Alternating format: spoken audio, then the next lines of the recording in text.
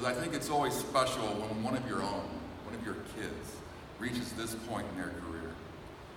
And anybody who's had the privilege of leading and working with sailors on the deck plates will know what I mean.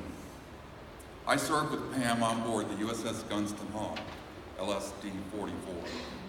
G Hall was easily my favorite tour of duty because I was blessed with the most amazing group of very young, very bright, and very hard-working sailors, of whom Pam was a leading co-conspirator.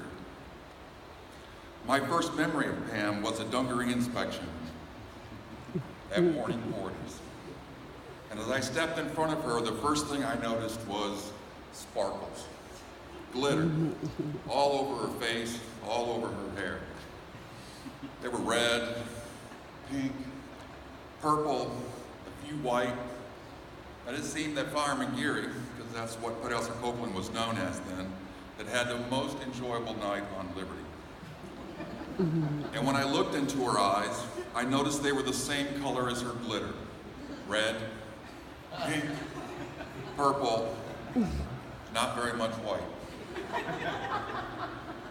But to her credit, her uniform was pressed, her shoes were polished, and she was on time.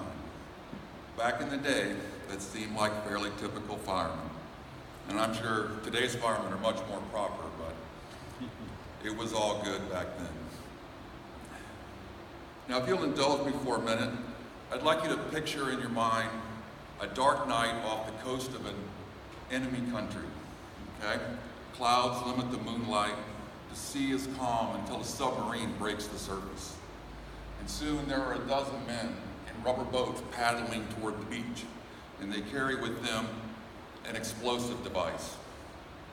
It was made of 55 pounds of high explosive that they took from a scuttling charge, and a switch that they took out of a radio to use as a detonator. They had to avoid enemy patrols and dogs, civilians, and they reached a set of railroad tracks. And there they plant their explosives, and then they head back to the beach.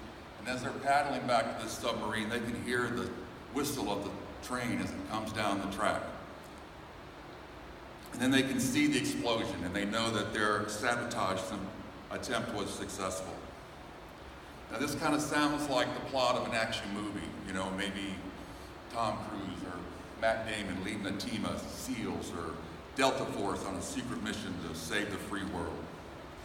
But this was actually a real event, and it was the only recorded ground attack on the Japanese home island in World War II.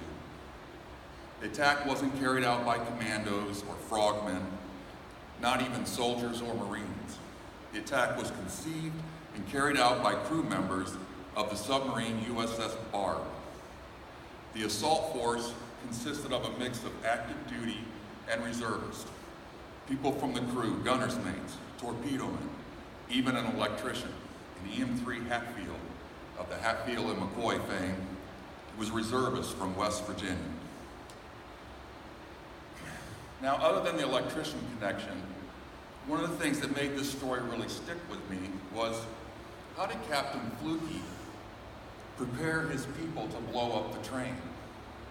And I don't mean technically like you've got to connect this wire here, or you've got to go left and then right, but the attitude.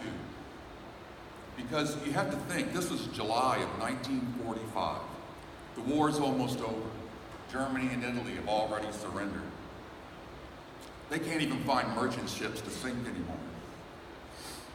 So how do you prepare sailors to volunteer to be on an amphibious assault to blow up a train weeks before the war ends? And as I thought about that, it made me think, how do I prepare my sailors, including Fireman Glitter, to charge into a burning compartment or stand their ground in a flooding main space as they're dogging the hatches down? I wondered, how do I prepare my sailors to blow up the train? Now, if I'd known then that Pam had a secret desire to drive bulldozers and play with machine guns, I probably would have slept better. But as we left for that deployment, it seemed like all hell broke loose. And it quickly turned into a lot of 6 and 6, and I don't know, how many times did we clean the lube oil out of the generators?